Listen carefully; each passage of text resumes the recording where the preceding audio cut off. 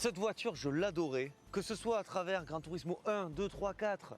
Ensuite, c'était un petit peu plus compliqué, mais même aujourd'hui, à travers l'excellent Forza Horizon 5, j'ai toujours eu un immense plaisir de conduire cette fabuleuse Honda Prélude. C'est la voiture du plaisir de mon enfance, vraiment.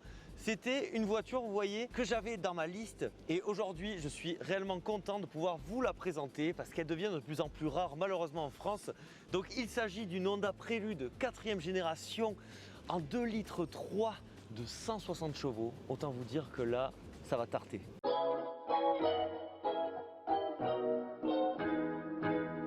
Un petit rappel de la situation. Chez Honda, à la fin des années 70, c'est vraiment l'éveil du constructeur. On a droit à la Civic, la première CRX arrive et puis ce qui énerve un petit peu Honda, c'est le succès insolent de Toyota avec sa Celica qui, il faut le dire, est une voiture très réussie. Pas de souci, on va faire un petit peu le même principe que la Celica, à savoir proposer un élégant coupé 4 places doté de performances plus qu'honorables tout en se montrant très fiable. Les Honda Prélude 1, 2 et 3e génération seront de gros succès pour Honda. Malheureusement, à partir de cette 4e génération, ça commencera à décliner et franchement, à titre personnel, je ne comprends pas pourquoi tant cette voiture était en avance sur son temps. Enfin, depuis le 25 octobre 2023, à l'heure où je fais le montage de cette vidéo, un concept de Prélude a été lancé par Honda Japon sur Twitter. Cette Honda Prélude est sortie en 92, on avait les 4 roues directrices en 92, un 2,2 litres VTEC d'une puissance folle de 185 chevaux et même donc ce 2,3 litres atmosphérique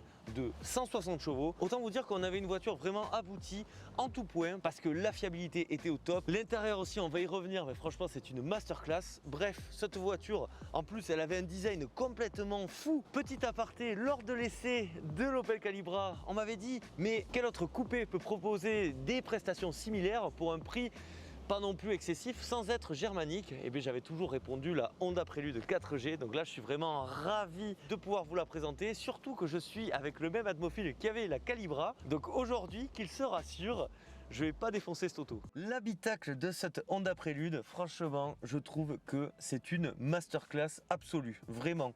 Cette voiture, je trouve son design extérieur très réussi, on va y revenir après tout à l'heure, mais l'intérieur, je me demande si c'est pas ce que je préfère. Alors, ce qui vraiment détonne pour une voiture qui date de 1992, je le rappelle, c'est vraiment ce compteur qui fait penser par exemple un petit peu à ce qu'on voit sur le nouveau 3L8. Alors attendez, là vous n'êtes pas prêts. Oh merde, oula, pardon. Donc là en fait, ce qui était vraiment fou, c'était cet affichage digital. On se croirait dans une voiture de science-fiction, franchement. Donc ici les compteurs même ils sont sympas. Ce qui est bien c'est que c'est tout horizontal.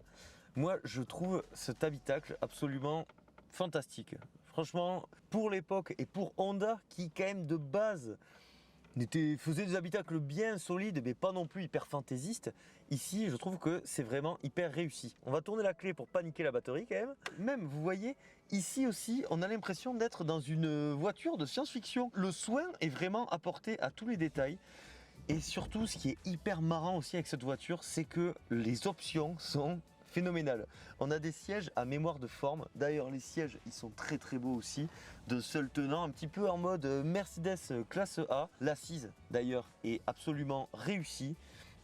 Pour le volant, ce qui est bien, c'est qu'on a des touches de klaxon partout.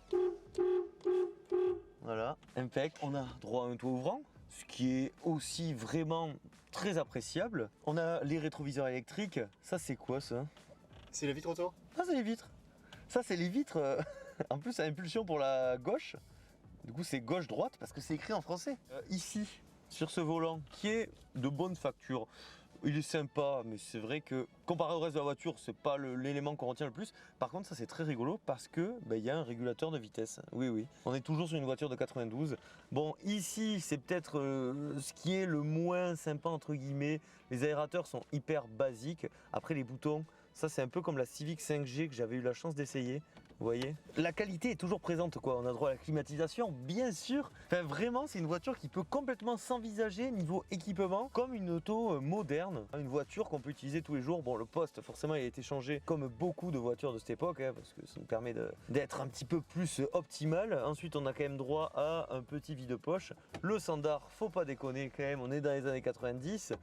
Le petit, et ça j'aime beaucoup, le petit levier de vitesse. Franchement, c'est trop bien. Le gros frein à main. Bon, ici, c'est une traction, donc on va pas drifter. Cette voiture, c'est vraiment une invitation à faire de la route. Plus typé GT, à mon humble avis, on va vérifier ça tout à l'heure. Mais franchement, c'est génial. Et j'ai oublié de vous parler de la pièce maîtresse de cette auto. C'est donc les 4 roues directrices.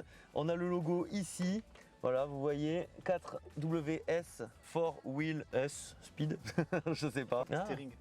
Steering. Ouais. Ok. 4 Wheel Steering, bon, bah, écoutez, l'anglais, toujours optimal. L'ABS aussi. Bref, c'est vraiment un des intérieurs les plus marquants des années 90. Même l'habitacle de la Honda NSX, qui était quand même le fleuron, bah, je le trouve beaucoup moins spectaculaire que celui-ci. C'est complètement Atmo approved. J'ai oublié de vous montrer la pièce maîtresse de l'habitacle. Vous voyez, je suis assez dithyrambique. Et on va terminer avec le petit détail qui nous enchante, à savoir, il y a un suspense total pour quelque chose qui n'en vaut pas la peine. Parce que cette boîte à gants, moi, elle me fait rire tellement elle est minuscule. Voilà, c'est vraiment pour mettre des papiers, voire mettre des gants, mais c'est tout. Hein. Waouh! Le design donc de cette Honda Prélude de 4e génération, c'est vraiment, je trouve, le juste milieu entre agressivité sans en faire trop, contrairement par exemple aujourd'hui à un Peugeot 308 de 3e génération qui est absolument grotesque, il faut l'avouer. Ces phares vraiment très agressifs, ici on a un petit naso que l'on retrouve ici. Clin d'œil à BMW, je ne pense pas. Après, vraiment, moi j'aime bien parce qu'on a un grand capot, vous voyez, le logo Honda, le Honda conquérant des années 90, vraiment la meilleure période pour moi de ce constructeur. Pour le profil, je trouve qu'on a le droit à un design véritablement équilibré. On pourrait presque croire que Pininfarina est passé par là, et je vais même vous dire quelque chose de plus qui va peut-être choquer certains d'entre vous, mais niveau design, je la trouve encore plus belle que la Peugeot 406 Coupé. Je sais, c'est mon avis, hein, commencez pas à me tomber dessus, mais vraiment, notamment avec cette teinte qui est la plus belle selon moi pour cette Prélude, je la trouve absolument superbe, que ce soit donc l'avant, le profil, mais également l'arrière. Et vous voyez, cet arrière, il s'inscrit bien quoi, il est fluide, il n'en fait pas des caisses. Ces feux étaient considérés comme des oreilles de chat, c'est mignon, et puis tout le monde aime bien les chats, donc c'est super cool. La voiture fait 4,44 m de long. Bon, niveau habitabilité, j'ai pas l'impression que ce soit optimal. Voilà, pour avoir déjà un petit peu tourné dans l'habitacle entre les places arrière et les places avant, je vais les tester après les places arrière. Franchement, coup-ci coup-ça. Le coffre, on va voir aussi, ça va pas l'air hyper grandiose. Par contre, c'est vrai qu'il y a une véritable pureté des lignes. Et en fait, ce qui est marrant avec cette voiture, c'est que c'est donc la 4e génération. Et après, il y a eu la 5e génération. Et moi, quand j'étais petit, je pensais que c'était celle-ci, la toute dernière génération. En réalité, non.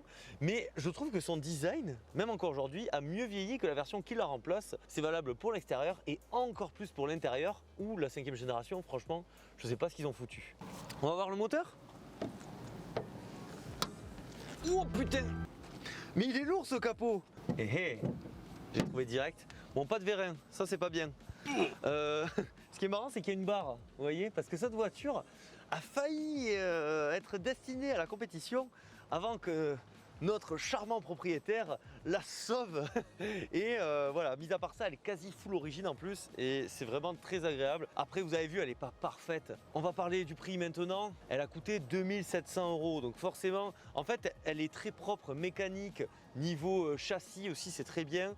L'habitacle, vous avez vu, il est impec. Il y a juste notamment la partie avant un peu à refaire. Après, pour 2 700 €, une Prélude avec cette motorisation et sa config, franchement, c'est plutôt, je pense, un bon plan. Et donc, justement, ce moteur, ici, on n'a pas droit à un VTEC. Le VTEC, c'était donc le 2,2 litres de 185 chevaux. Apparemment, selon les dires que j'ai pu observer à droite et à gauche, à l'époque c'était peut-être le fleuron. Finalement, dans l'usage, celui-ci se montre peut-être un peu mieux. Déjà, il est un petit peu plus fiable parce que c'est un 2,3 litres, il fait 160 chevaux. Il est moins, entre guillemets, pointu, mais ça c'est bien pour un usage quotidien. Niveau performance, ça reste vraiment acceptable. On a quand même une voiture de 160 chevaux, 1270 kg, 0 à 100 tombé en 8 secondes, 1000 mètres départ arrêté en 29 secondes 2. C'est une sportive du coup, en dessous de 30 secondes, c'est une sportive.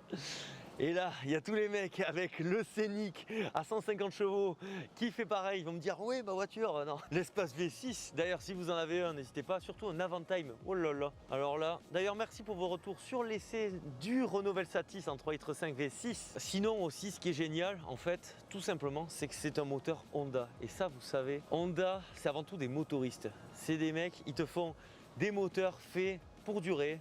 J'ai pas envie de dire incassable, mais pas loin. Et c'est quand même, je trouve, un argument de poids lorsqu'on achète une voiture. C'est-à-dire qu'ici, on a un look, on a un habitacle. C'est peut-être pas la voiture la plus poilante à conduire, mais elle est faite pour enchaîner les bornes, plutôt sur autoroute, plutôt en mode pépère, un peu à l'américaine. Mais franchement, j'apprécie énormément cette proposition. On va fermer le capot maintenant. Alors, putain, et il est balèze. Attention! Putain, ça c'est... Japan Qualitat. Bon courage à moi. Hein. Du coup, on va tester les places arrière. Franchement, c'est le moment que j'apprends le plus. Ça, c'est dommage que les portières ne soient pas sans encadrement. Petit bémol, pas très grave, mais un peu dommage. Alors, ces sièges avant sont absolument magnifiques. Et là, ils coulissent pas. Bon, voilà. Là, j'ai fait le max. Hein. Maintenant, on va tester. Oh putain. Oh, la contorsion. Putain, je me suis foutu de la mousse. Bon, déjà, premier point, il faut pas avoir plus de 50-60 ans, je pense, pour monter à l'arrière, rien que par rapport à la contorsion qu'il faut faire. Ensuite, comparé à la Calibra, par exemple, j'ai l'impression qu'on a un poil plus d'espace ici.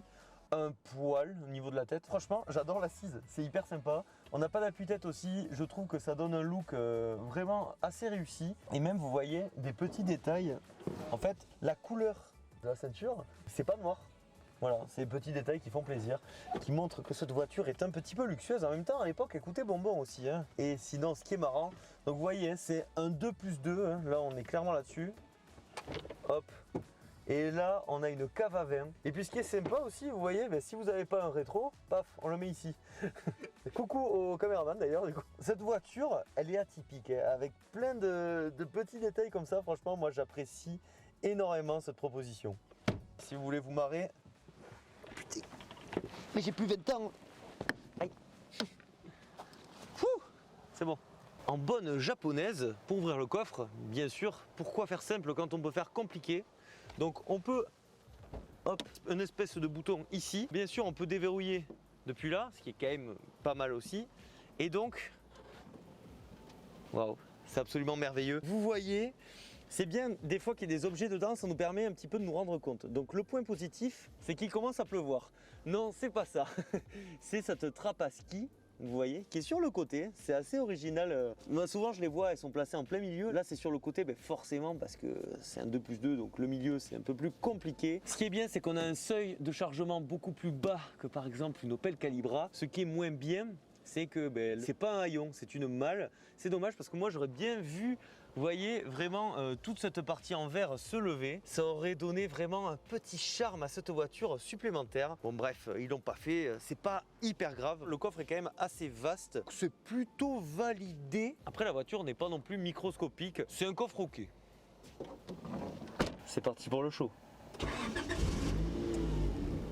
Impressionnant, n'est-ce pas? C'est un 2,3 litres, oui. Eh, attention, hein. On va voir un petit peu les campagnes bordelaises.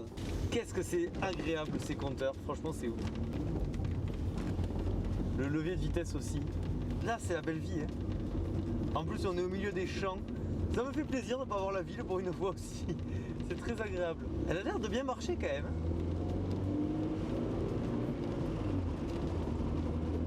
J'aime beaucoup la commande de boîte. En bas, en tout cas, c'est vrai qu'elle est très coupleuse. Reste à voir si dans les tours elle est joueuse. On va voir ça. Hein, après ce stop peut-être. Je la sens vive la voiture. Et ce qui est marrant, c'est que par exemple, comparé à la Calibra qui est apparue sur la chaîne il y a quelques temps et qui appartient à notre admophile du jour, qui s'occupe également du montage, donc un immense merci à lui. Vous pouvez le remercier aussi dans l'espace des commentaires parce qu'il me permet de gagner un temps phénoménal. Donc voilà, vraiment merci à toi. D'ailleurs, il y aura toutes les informations par rapport à cette personne absolument adorable dans la description si jamais vous voulez en savoir plus, parce que donc Esteban, c'est son métier de faire ça, il est bien meilleur que moi et il a un bien meilleur matériel. C'est vraiment un plaisir de retourner avec toi, donc pour la deuxième fois. Maintenant on essaye de voir un petit peu ce que ça vaut. Elle est chaude? Elle est chaude. J'adore ces compteurs digitaux, c'est trop bien. On va voir un petit peu dans les tours parce qu'une Honda, normalement, ça se conduit surtout dans les tours. Ah. Passer 4000, c'est très sympa. Waouh. Ça, ouh. Il n'y a pas le coup de pied aux fesses comme dans un turbo. Par contre, ça a quand même de la rage. On va essayer, on va tester les vitres. Tiens. Et elles sont hyper rapides. Wow, on peut le faire sur la droite. Attention. Tu peux tourner à droite là. Ok. Là maintenant? Ouais. Un Pajero. Vous aimez bien les Pajero? Moi j'aime bien le Pajero. Attention. Putain. Ça va? C'est vénère quand même, hein? Putain, elle a la rage, hein? 200 000 km, autant vous dire que pour une Honda, elle sort de rodage.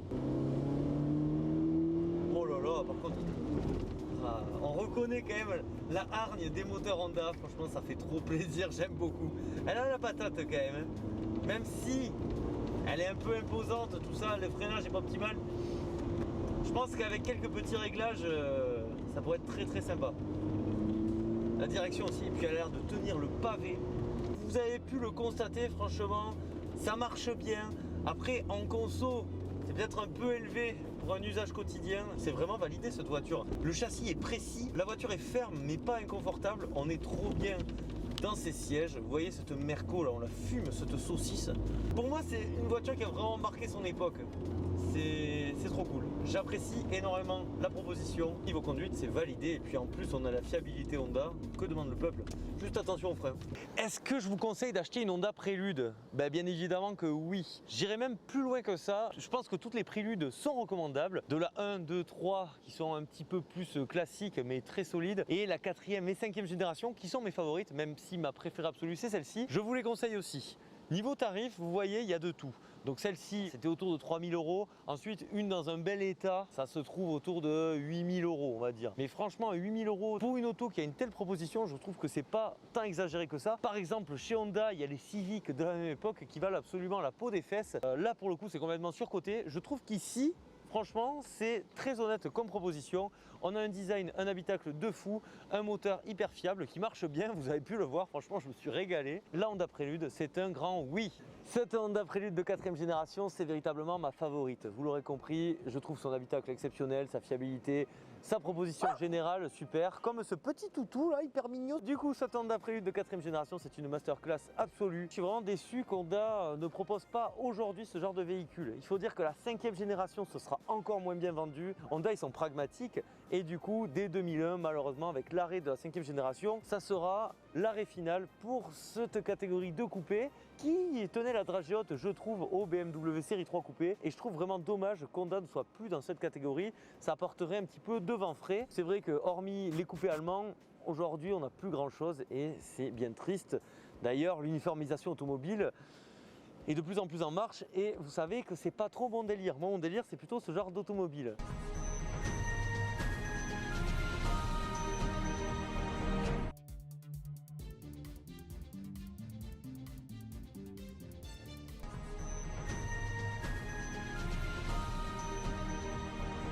Les atmophiles, je vous laisse là-dessus. J'espère que cette vidéo vous a plu. Si c'est le cas, n'hésitez pas à me le dire depuis l'espace des commentaires. D'ailleurs, vous pouvez me soutenir depuis ce même espace. Un immense merci à ceux qui font ce geste vraiment salvateur pour la chaîne. Pensez au like, à l'abonnement, c'est hyper important. Le plus important, c'est pas ça. C'est quoi le plus important? C'est de prendre soin de soi. Prenez soin de vous. C'était Atmo. Je vous dis à la prochaine. Bisous. Ciao.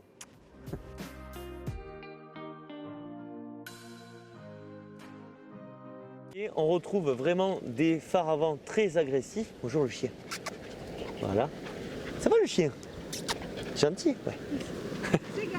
Sega. Ah, Sega. Sega comme la. Désolé. Ah, y a pas de souci.